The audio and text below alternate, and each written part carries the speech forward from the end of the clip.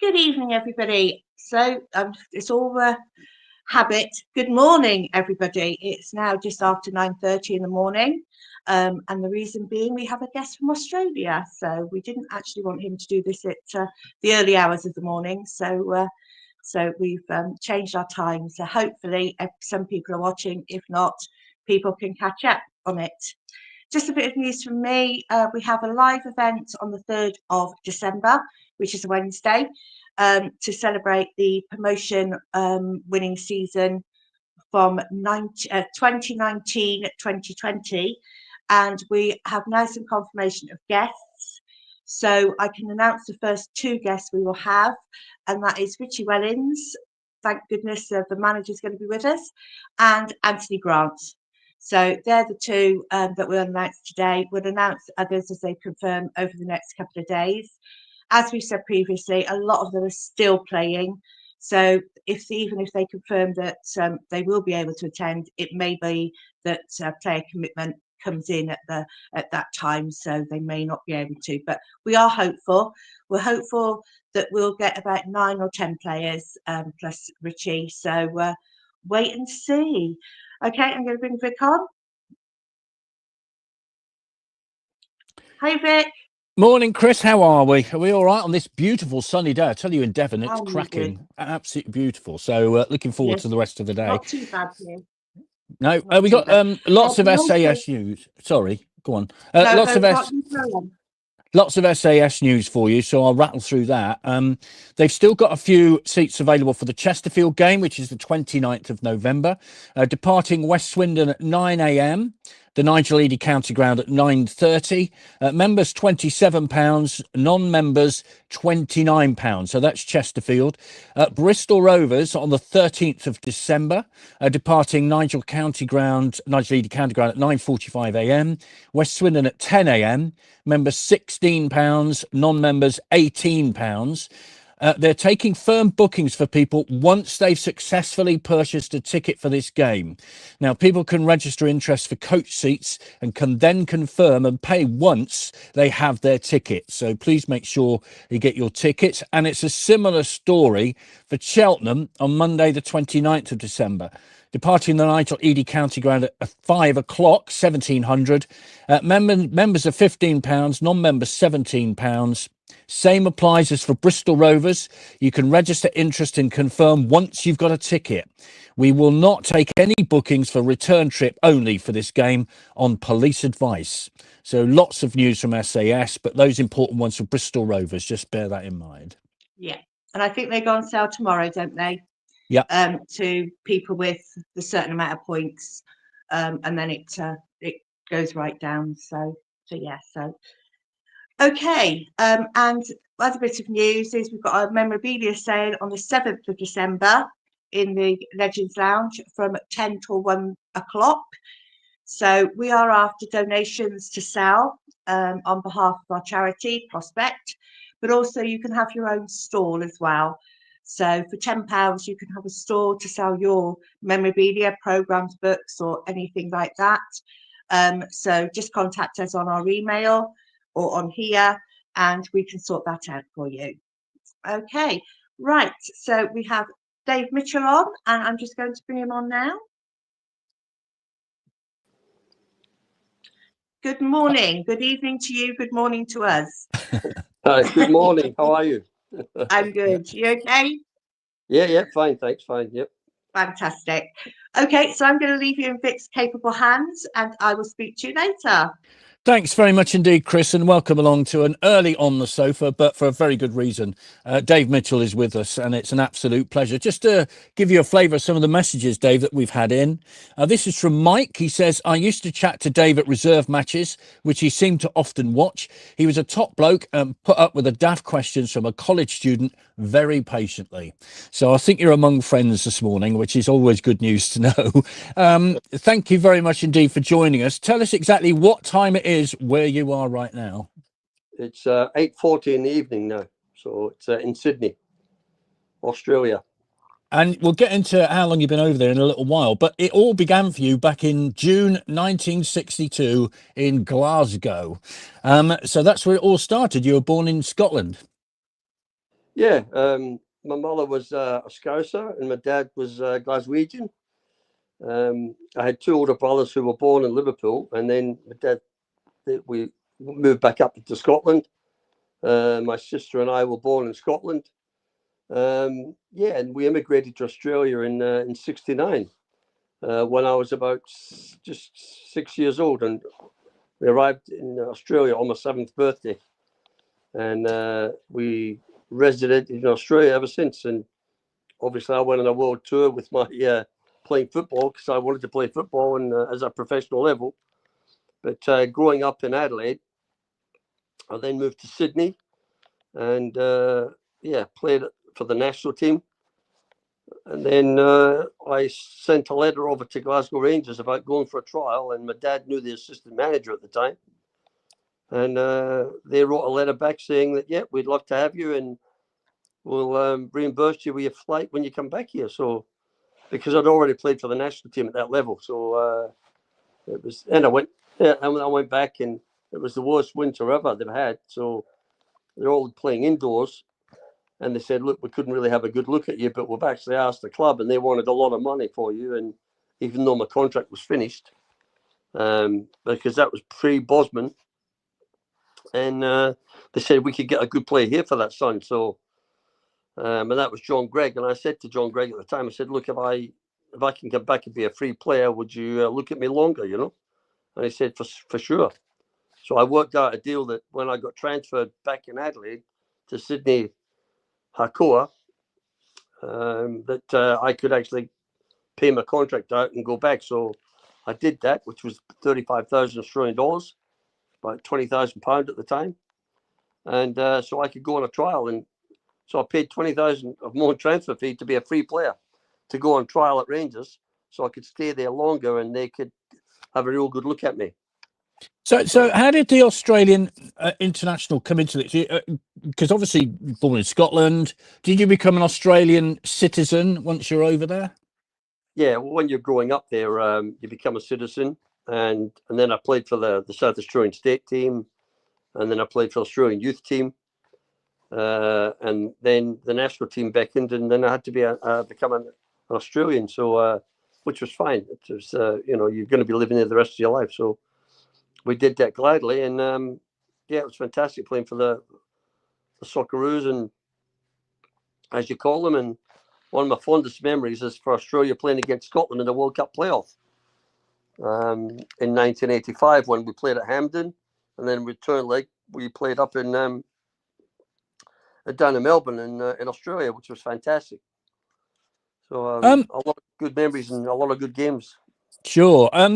Now you were playing for Rangers at the same sort of time as another striker.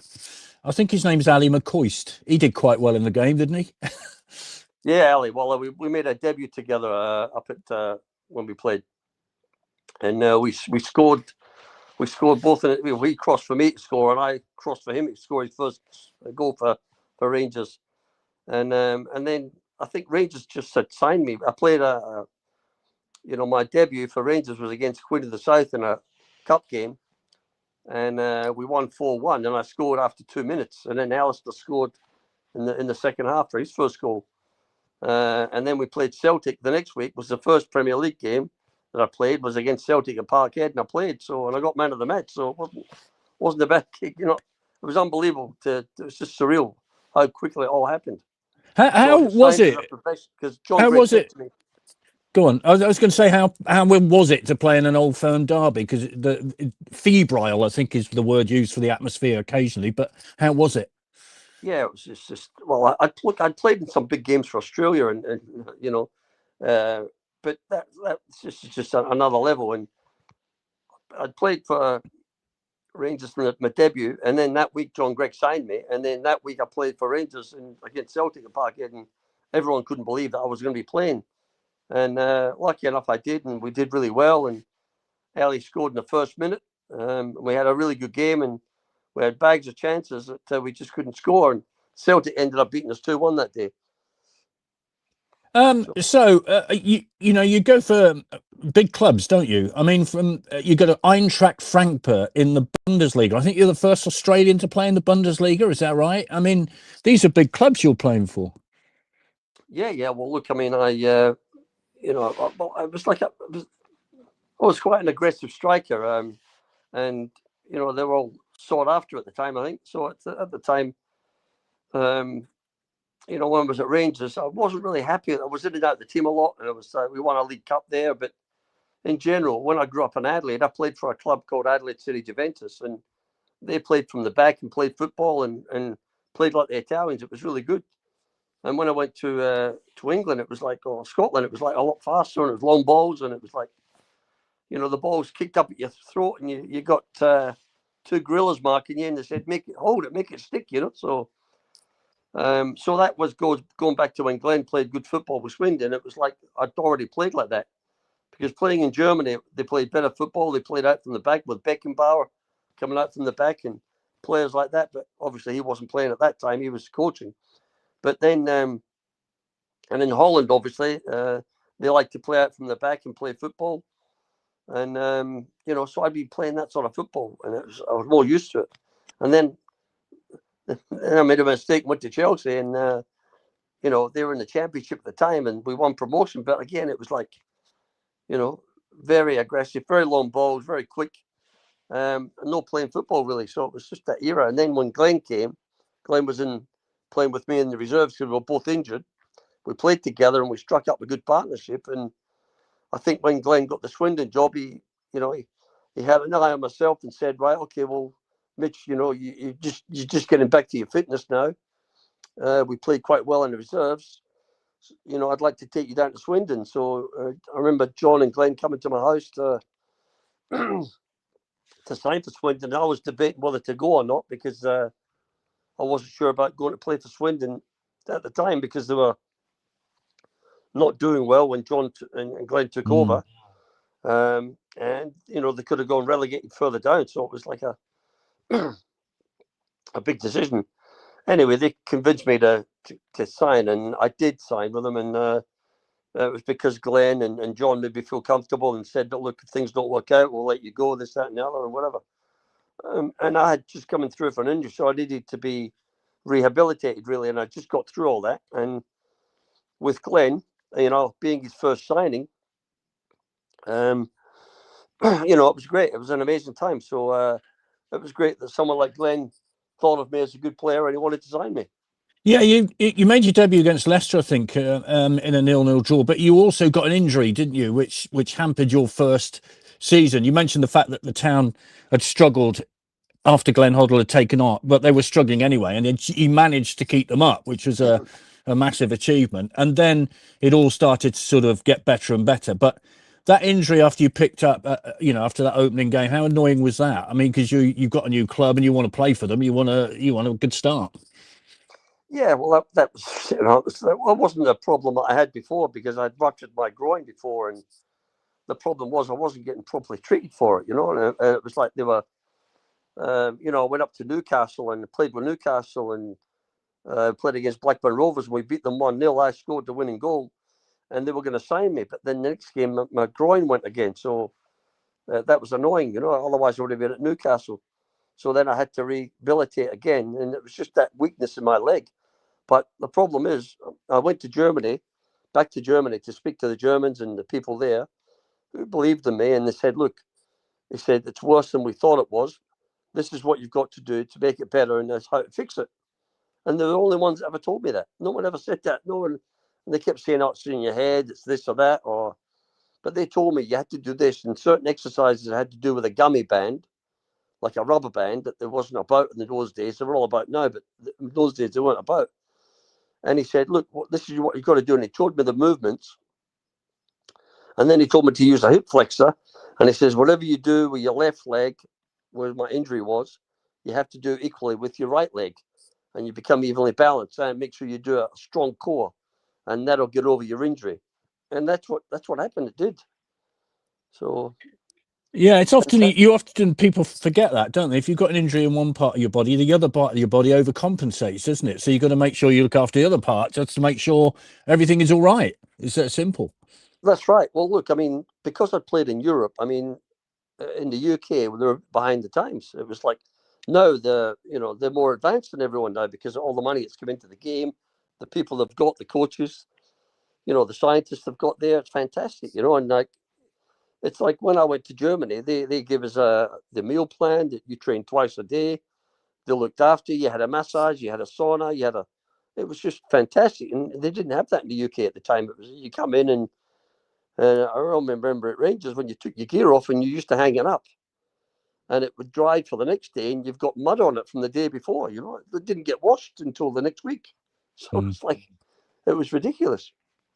Glenn, of course, played in Monaco under Arsene Wenger, and he brought with him to Swindon, I think, lots of different methods, didn't he? He was clued up with more continental methods in way that you look after yourself, what you eat, all that kind of thing. Yeah, Glenn was, I mean, the training was totally different. It wasn't instead of it wasn't you go run around the track and run around the track. It was all ball orientated and ball work because he sees, and like the Dutch were the same, that you get fit by playing football. So let's play football when we want to get fit. So, and that's small sided games, and then it's like, then there's instructions about how you want to play out from the back. So there was a lot of goodness there rather than just hit the track, and sometimes I know teams have got to play that way with long ball and get fit because they haven't got the means to spend money. But the way Glenn did it, he didn't have a good budget, and he showed you could do it by picking certain players here and there with his network, and he could put a good team together, a competitive team that plays good football. Yeah, how was that? Because obviously Glenn came over and he played in that kind of sweepers role, didn't he? And he did play a long ball game in a way, but it was 60-yard passes, wasn't it? With great accuracy. Man, what was it like to play in that team? Yeah, look, I mean, Glenn was a fantastic player, and everyone was like loved to play with him. And look, he was like the way you take things from a lot of people, but from Glenn's point of view, it was a lot of coaches you hear, look, I told you beforehand, I told you before the game, and I told you this, I told you that. Yeah, you might tell you, because I don't know anyone, a manager that stands up and says to someone, right, guys, everyone understand?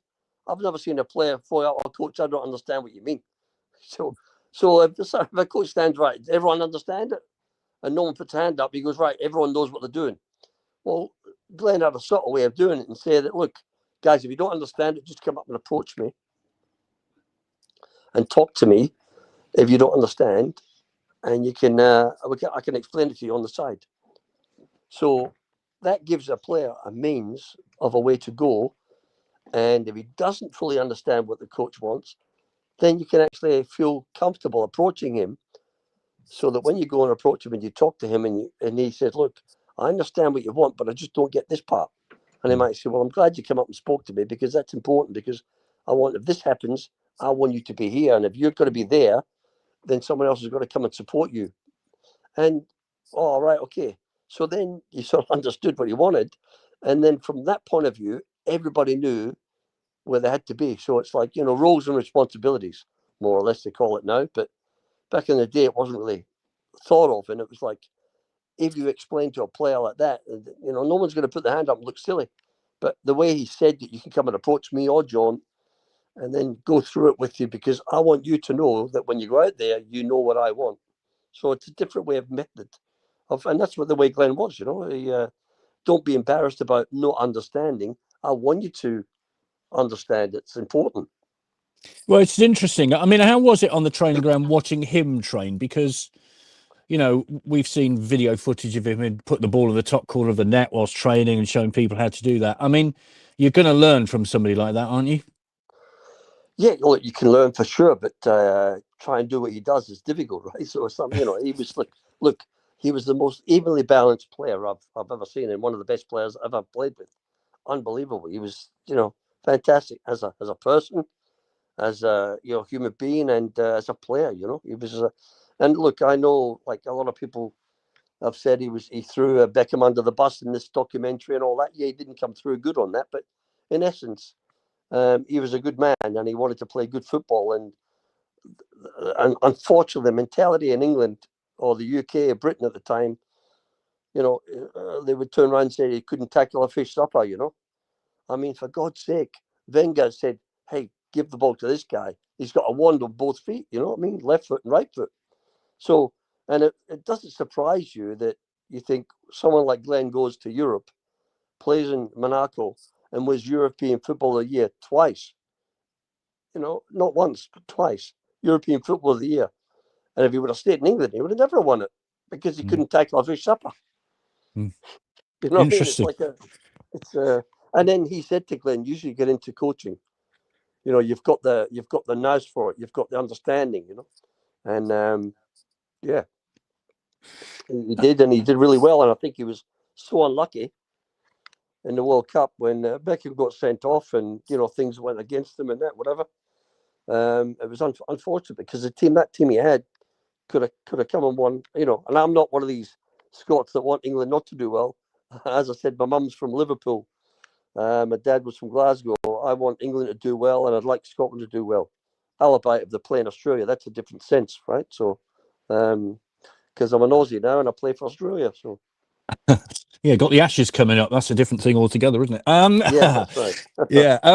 Now then, lots of comments coming in, and we'll get into these for a moment. Robert King says, remember his hat-trick at Birmingham City, Easter 1993. What a game that was. 4-1 down with 25 minutes to go. 5 goals later, won 6-4. We'll never forget that day.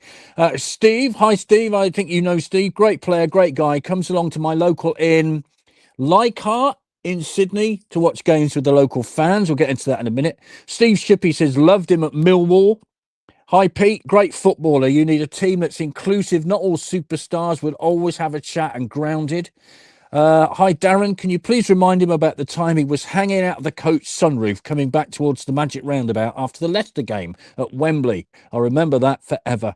And there's a picture that Graham Dean has sent in of yourself and Clem watching a game, presumably at the pub. Damn nice man, easy to talk to. So there you are, some nice comments coming in.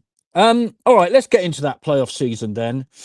And you want to talk about the Birmingham game, and why wouldn't you? I have to say, to my great sadness, I wasn't there that day because I'd moved down to work in Devon.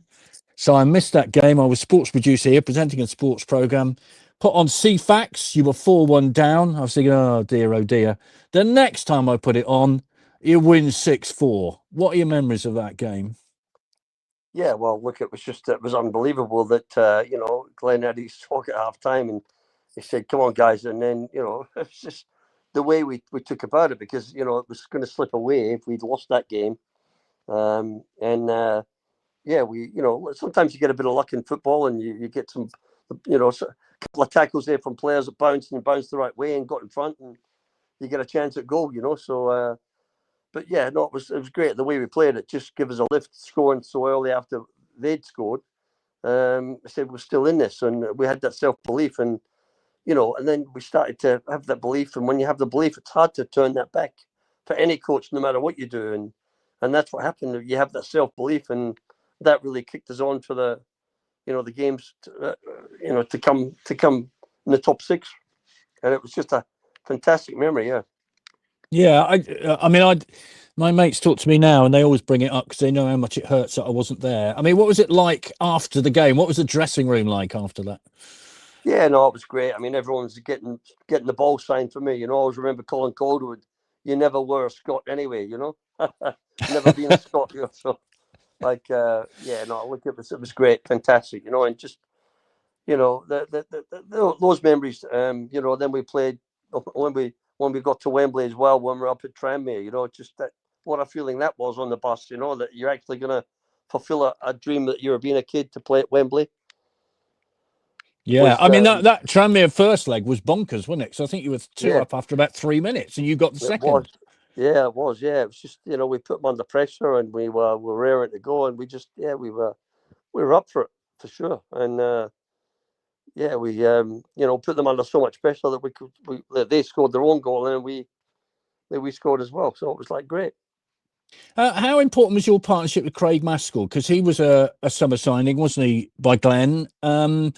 You worked up quite a good partnership with him. Yeah, well, look, Glenn was, Glenn, like I said, he can pick players out, you know, what he needs. And, you know, it's not about having 11 great players. It's having about 11 good players that play as a team. And, you could say that Craig wasn't a really workhorse, but he was an unbelievable great finisher. I was sort of more the workhorse who could score goals, but I made a lot of goals, and people didn't realize that they didn't have that assist in those days. And I'm pretty sure I would do well out the assist if they come up. But in essence, that people like playing with me because I did create sort of havoc and make things happen for other people and myself sometimes. And I was more or less, and some of the games you could actually see it, and I might be in a position where I'm going to have a shot, and it's probably like a 60% chance I'm going to score. But if I roll it across to someone across the box and they're at 80% chance to score, I would pass it because it's 80% chance or 90% chance I'm playing for the team. More as if I was a proper striker, I would probably have a shot when I'm in that angle, and I might miss, but then the team, you might score. So, but in essence, a lot of people like playing with me because I did create things for them and create chances. And with my pace, I could get behind defenders and get to the byline and cut the ball back a lot of times. Yeah, I wasn't the best finisher, but I knew that. But I knew I was a big part of the team. I could play 1-2s. I could come off, and I was all right. I could dribble. I could quite technically all right for a big guy. you'd scored a memorable goal against Aston Villa, I think, in the FA Cup as well, didn't you? You got beat 2-1 at the County Ground, but that was a memorable occasion. 16,000 people there. Yeah, that was great. And I remember one that Paul Bowden, a great ball he played through to me, and I chested it down. I was onside. I played it, and I came through, and bloody hell, I tried to just think over the keeper, and it just didn't go enough, and the keeper saved it. But again, they're fantastic memories of that. And the way the team was playing, and we sort of battered them then. It was like I remember the commentator saying, "Well, how are Aston Villa winning this game?" So they're winning 1-0, and we battered them at half time, I think. And again, when we clicked, we could click for sure. And if Glenn wasn't playing, we had someone like Mickey Hazard, who was a fantastic player himself. Yeah, I mean, when you think back to that team, my goodness me, there were some players in there, weren't there? And what was it like to be in the middle of it all? Because we as fans follow it and we watch it and all that kind of thing, and it means so much to us. As a player, what does it mean to you? Yeah, look, it's fantastic because you've got that momentum and you've got the team playing for each other. So it was like we knew we had a good team, there was good players about, and there was a good balance there. And we know we'd always be in a game, and if we got the chances, we took it, then certainly we'd win out handsomely. But it was like like I said, I've been a lot of games, but the atmosphere was great, and it was just for a smallish club of Swindon's size to make it, and what Glenn did and John Gorman did at the time was just amazing. And it's a lot of people used to give the directors stick. Now I'm sort of one that would stick up for them because, in a sense, that when we sell David Kerslake, we might have to sell him undervalue from what he really is worth. But these directors at the time, they had their houses on the hook. If the club went under and couldn't pay the debts, that their house would go. So it's like, can you imagine that? Can you imagine actually doing that for the club? And people don't realise, I don't think. So you can understand where a deal came and a player was going to get sold at they would do it. I can totally understand it. Now then, to that Leicester game then. I mean, arguably one of the craziest games of football you'll ever see. 3-0 up, 3-3, 4-3. It was mayhem, wasn't it? How do you play in a game like that? Because when Leicester got those 3 goals in about 15 minutes, you think, well, that it's all over, it's done, and that the team has the mental strength to come back again. So tell us how that felt. Well, I mean, yeah, I mean, we're thinking 3-0. There's about 20 minutes to go, and you're smoking cigars, thinking, "Oh, Premier League, here we come," and then you just then again, Leicester got the momentum, and they were starting to run over us, and I believe if it would have went into extra time, they would have gone on and trumped us, I think, because they were on top. And then when Chalky got the penalty, I think it was sort of a bit of a dive, I think, if I'm being honest. He says not. He says it is definitely a penalty. Well, he did the swarm. He's 2 feet. He was jumping with 2 feet. But anyway, look, fantastic. He did it. I'll give him a kiss. He did it, right? So it's like but look, the sad thing is, I mean, we're coming to a point where a lot of people have asked me, and I'm sure you'll ask me, but we're coming to a point where, it was such an unbelievable event and how we did it. And just awoke everyone. Everyone was so surprised. And, for a club like Swindon, didn't have any money to achieve that. And, going in the Premier League, you didn't get the money you're getting these days, and that could have helped the club and solved the club and got them out of all the debt, whatever it was. But it just wasn't to be those days. And, yeah, so it was difficult going into the Premier League with, not having the best team. Really. Yeah, we are going to get to that point, but I just wanted to pick up on one memory that we talked about earlier, actually, going to Holland and playing in the village backyard, really, and in a nice little tournament. It was that sort of atmosphere, wasn't it? You kind of got that festive atmosphere, really, with the team and when you watched them play football. Yeah, I mean, again, we went to Holland and, the Dutch probably thought, oh, these guys English, they're playing in the lower leagues or second championship. It's going to be long ball, but we outplayed the Dutch and playing football, so we out-Dutched the Dutch playing football, and obviously because of what Louis Glenn wanted to play. Now, I will say, what did frustrate me as a striker at the time is when teams wanted to play against us, they think, right, okay, well, they can't match us with our ability, so they'll park the bus, they call it, or do the block, 5 at the back and then 4, then, and make it really difficult for you to get through. And when that did happen, then there was no space in and around the penalty box or outside the penalty box. And, we'd have all the possession in the world knocking the ball around. And when it came to me, there was no space to get it or turn or do anything. And you'd end up ultimately losing it or trying to keep it and play it to somewhere and you run into someone. That frustrated me a lot because a lot of people say, Swindon are great at the back and they're playing into midfield. Right up front, they lose it. Oh, of course you're going to lose it because you've got 5 or 6 defenders there. Do you know what I mean? When they were parking the bus and making it very difficult for you to play through them. And that used to frustrate me quite a bit. Just to go back to that memory of that Darren's reminded of, is that the hanging out the sunroof, coming back towards the Magic Roundabout. I mean, when you talk to players from that team, they always say the bus journey back down the motorway was one of the most memorable they've ever done. What are your memories of that? Yeah, sure. Yeah, it was just fantastic.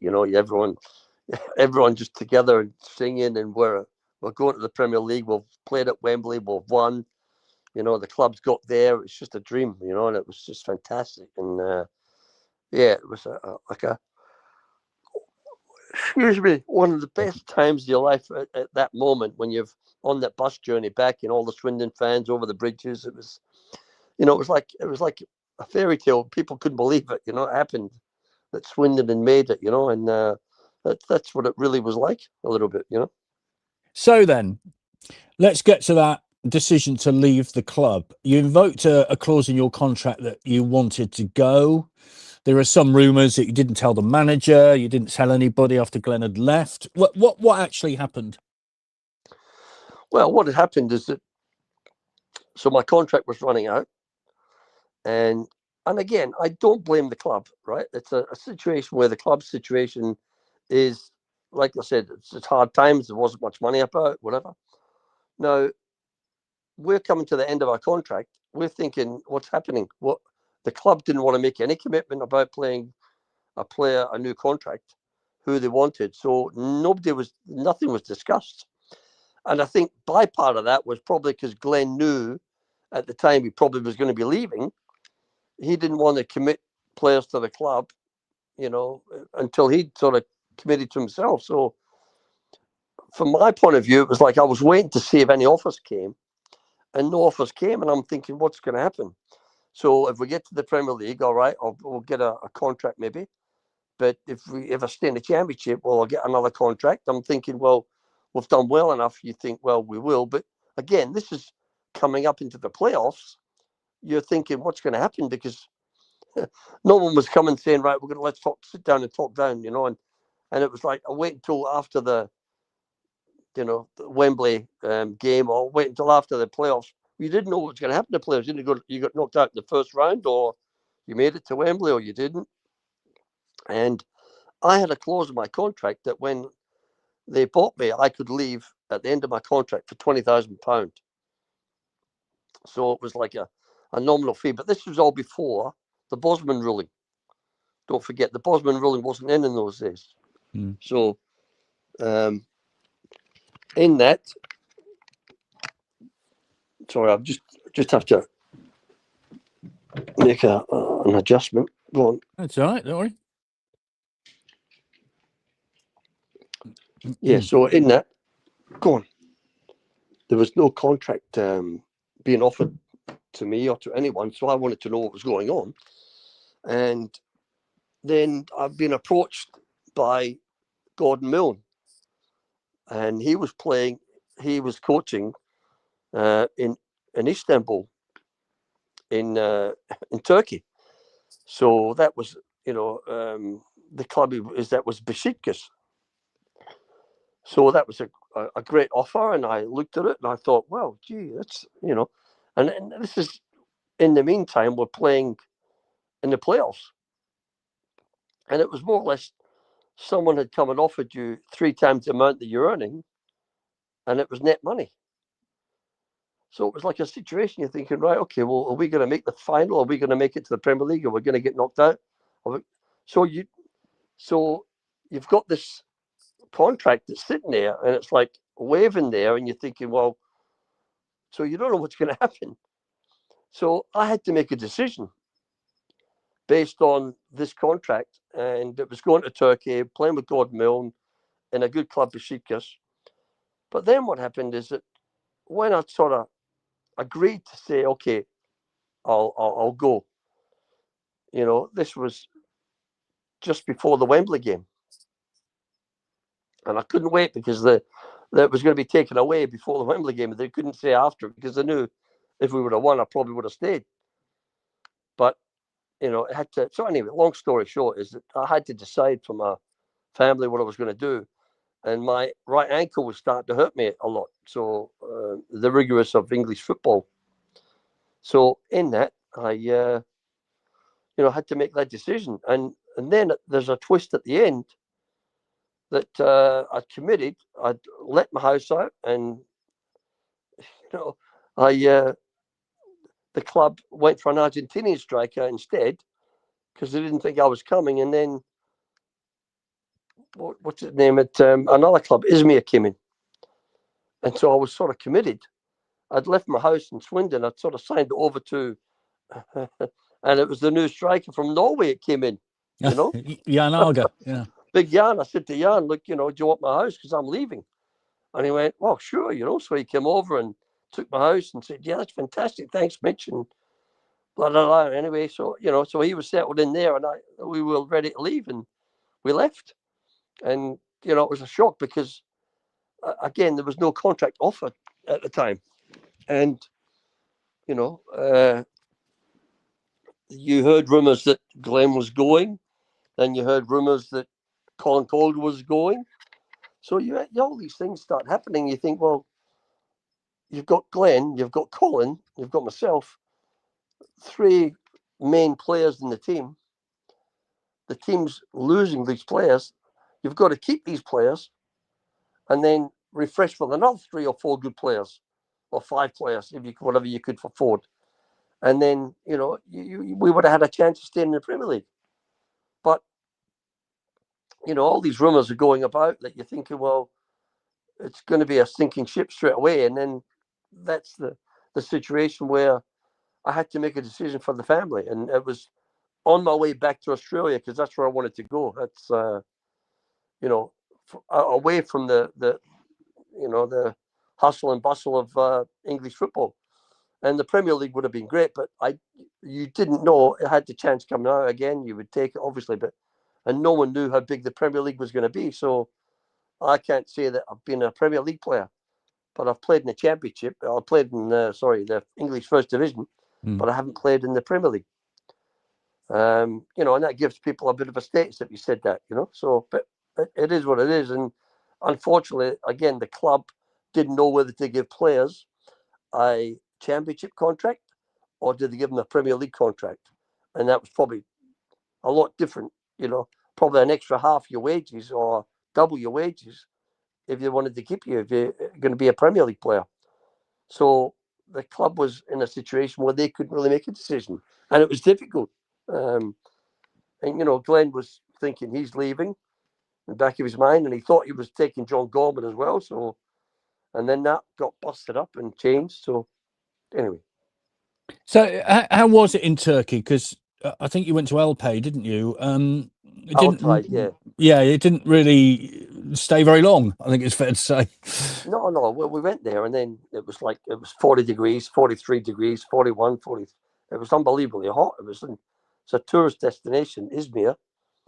But Altay was the club.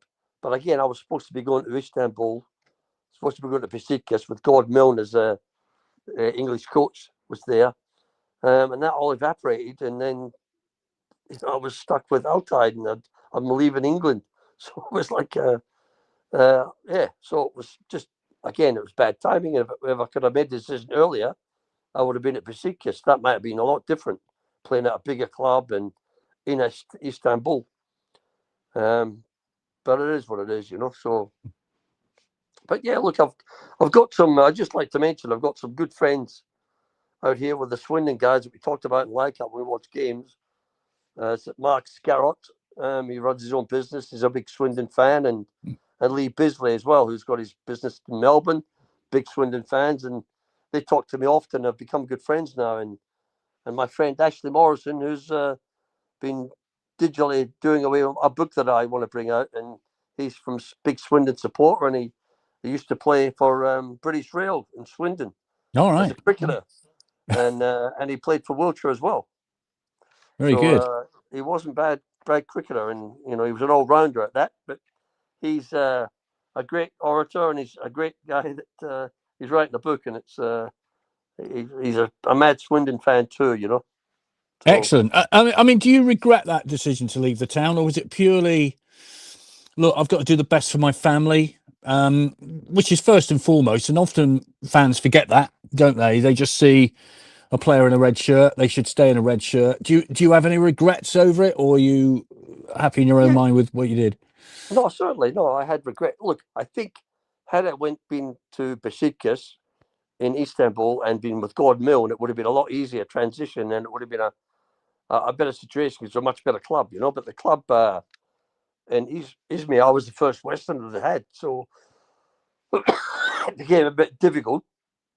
And things weren't going well. So, it wasn't a good team. It wasn't struggling, and so it's just totally different from English football. So I regret it. But in hindsight, you think, right, okay, well, you regret it, but it was the situation you were put in. If I was known I was going to Izmir and it was Altay there, then I wouldn't have gone. But going to Istanbul and with Gordon Milne, Besiktas, a bigger club, the contract, then it was a good contract. And it was a good club. So, yeah. But I do regret it. But again, like I say, if I would have went to Swindon, who would have known what happened? Would they have got some more players in, whatever? So it's just it was such an unlucky period because Glenn left, Calderwood left, I left, John Gorman was going to leave at stage, and I can't hold anyone accountable for that, and the directors as well, because they didn't know, if they're going to be in the Championship, they didn't know if they're going to be in the Premier League, what contracts did they give out, so they had to wait. But as players, the easiest thing is if we could have walked out the contract beforehand, or maybe said, if we're in the Championship, we'll give you this. If we're in the Premier League, we'll give you this. And that might have been a better way of doing it, but who knows? But that's in hindsight, And yeah, I do regret it. But in essence, when you look at the situation, it was probably the right thing to do because it was a I was coming to the end of my career in the next 3 or 4 years. And there was a good bit of money to be made and going my way England, back to Australia. Yeah, sure. Well, hindsight's a wonderful thing, as we all know. It's the most wonderful thing in the world, really, isn't it? Hindsight. Yes. Yeah. We've got about 10 minutes left of your valuable time, so really appreciate it. I mean, obviously, you continue to play for a while, and you win honours, and you get Coach of the Year. I mean, how did you get into coaching? Because you won the First Division, you got into the playoffs, didn't you, in Australia, things like that. So, and punditry as well. So you've had a varied time since you finished playing. Yeah, well, when I started coaching here, I mean, I played against Ange, and we beat Ange. He'd won the league when I come back here got into coaching in Australia, and I nearly became the Socceroo coach. And a bit of politics, I lost out because I was number one pick for that. But yeah, I was did well in the coaching, and then we got the team had been decimated, and I put the team together, and then we won the league. We came third that year, and the next year we won the league, and that was winning the league. And then you play a playoff. So I won Coach of the Year, Australian Coach of the Year, which is the highest level in Australia. I've got a pro license badge. So yeah, I've done that. I've done scouting for Feyenoord in Australia, and again, with Clem, I've got to know Clem quite well. And he's a good guy, and I know. The sad thing is he did probably a lot of things that he didn't know about football. It's like someone going into a job that they know totally nothing about, and people giving him advice and getting the wrong advice, unfortunately. But from my opinion, and I think now he's got it all right, and we couldn't be happier. And we've got a coach that knows what he's doing and knows the game, and it's a pleasure to be watching Swindon again. I know he's got Gav Gunning there. Well, Gav came out here and I had a chat with him and had a good chat. And I know Gav is still involved with the club. He's a great guy to have in and around him. And Ian Holloway, it's great. And even though we played against him at QPR and nutmegged him, I don't know if you remember that, but he'll probably cough his coffee then when he's having a coffee. But yeah, no, he's a great guy and he knows what he's doing. And I'm so glad that Ian's got a hold of the club, because there's only one way it's going to go, and it's go up, Well, as we speak, they're top of the league. We're top of the league, so that's a really good place to be, isn't it? I mean, I know it's early in the season, blah, blah, blah, but, hey, it's nicer to be top than a year ago. Less than a year ago, we were bottom of the league, so that's quite a progression. He's a wise old man, so he's a good guy. And, he respects, players respect him because he knows what he's doing. And, I'll listen to his comments in the game afterwards, and it's exactly the same as what I would do. It's like, you want to play good football, but you want to play it in their half. That's where you play. You want your wingers to make crosses. You want people to get in the box. That's where you score goals from. So it's not easy. You tell your wingers, what are you doing? You getting, how many crosses you getting in? And my striker's telling me no crosses are coming in. So if you put crosses in, I want him to stop moaning at me. And if you put them in, then I'll moan at him. So it's like,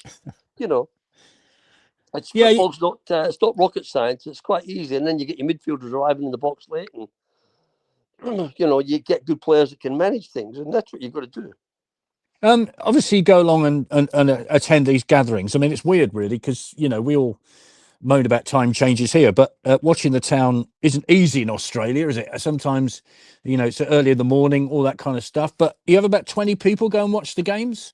Yeah, sometimes it's about 12, 13. Sometimes there've been about 28, 30 people, so which is great. It's a good following, and and that's just in Sydney. And some of the boys from Melbourne, like I said, that Lee Bisley is from Melbourne. He comes and joins it sometime. So all the Swindon fans get to know each other. And the guy I've mentioned, Ashley Morrison, who's writing my book, he's actually in Perth. So when I was over in Perth, he was interviewing me after the game, so it was funny. He'd have his little Swindon badge on his collar, and then Lee recognised that once because it was national television, and he said, "Hey, there's a Swindon guy. He's interviewing you an interview. They're everywhere." I mean, you're at the club a very short space of time, but it seems to have played quite a big part of your life and still continues to do so. Yeah, well, I think, look, at that, that era where, it was just like a magical 2 years we had, and the run in.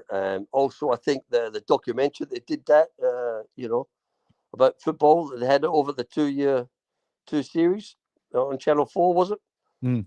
That's football. I think that part, people remember that, seen that, and what's a magical time. So there's a lot of Swindon fans. Obviously, they remember because we did well in the Premier League, and getting to the Premier League. So a lot of people still remember you from that time. So the obvious question is, when are you coming back over, and when will you be at the County Ground? Do you think, when might that happen? Well, look, I'd like to come down and like to see Ian and have a chat with him and talk to him about football. He seems a good chap. I've played against him personally, obviously, but different clubs. When he was at QPR, was Millwall and Swindon. But I haven't really spoke to him much, so it'd be good to have a good yarn with him. Because one thing I'm probably disappointed about is that Clem hasn't got an Australian player from here, which there's a few good ones that could go and play over there. I think easily enough. It's just working out how to do it and when to do it and what player to get and what you need. So I think with someone like Ian Holloway, he's got a nose for a good player. So, again, I want to have a chat with Clem about helping them out, but scouting some players here, because there's some good players here that would do well, Where do you think the club might go? With your conversations with Clem, you'll be aware, of course, that there are people who aren't keen on his ownership. You'll be aware of all that. But where do you, on your personal talks with him, where do you think the club might go? Well, look, Clem's, again, there's a lot of things that people say, and, that half of it's true, half of it's not. A lot of rumours here and there, but I do believe that Clem has had some bad information passed on to him and whatever, but he's got it sorted now, and it takes time sometimes. It's like someone going into a total different job. I mean, Clem, he's a great businessman. He's a shrewd businessman to do what he's done and have the biggest plumbing company in Australia. Fantastic. And he's shrewd. So, again, he's wholeheartedly putting money into the club. He spent a lot of money. And I think he wants to be there for a long time. And I think you can see now the momentum the club's having. And he's finally gotten to, it's like getting the right coach, getting the right support, getting the right players. And, you need the right coach. And I think he's been given some bum advice from certain people that, didn't have these interests. And I certainly believe that he's on the right track now and going the right direction. And I think he'll be there for a little while. Yeah. Yeah. And again, I don't sit down and talk Clem Swindon business, right? I talk down, have a coffee. We talk about a few things, and I don't see him much. And if we do, I might see him at the game. We'll go for a coffee. I might meet him now and again. But again, we're not mates, right? So it's a situation, is I'm not in his pocket telling him this, that, and the other, or whatever. But it's like Clem's got his own mind and his own people he refers to. And I think, like I said, he's had a couple of bum steers. And I think now he's on the right track and doing really well. And get behind the club. Well, they've got a game at home against Grimsby on Saturday, and we hope the crowd to be as big as possible, because if you're top of the league and you can't pull a crowd in, then you're in trouble, aren't you? So, get in there and get behind them at the County Ground on Saturday. I think that's always the message, isn't it? That's right. Get there, support the team, even though, if the team's not doing well, support them, because that's the only way you're going to help them, because through thick and thin, and then you're being a real supporter, and it's people that support Swindon are the real supporters in football. It's not like guys that support Man United hot and cold every week. It's like Swindon. They're the real fans of English football. And like your Millwall fans, fantastic fans, support, they love their club. And like I said, I've met so many wonderful, beautiful people that love Swindon and support Swindon.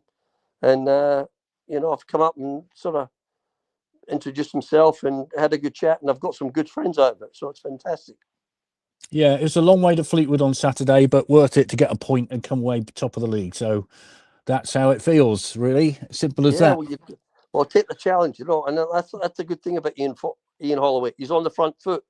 Let's have a go, and if the team aren't playing well, we won't just keep going at it. We'll be a bit wiser, and we'll defend a little bit and see if we can stop them running over us, and then we'll take opportunities when it comes, and that's what you got to do.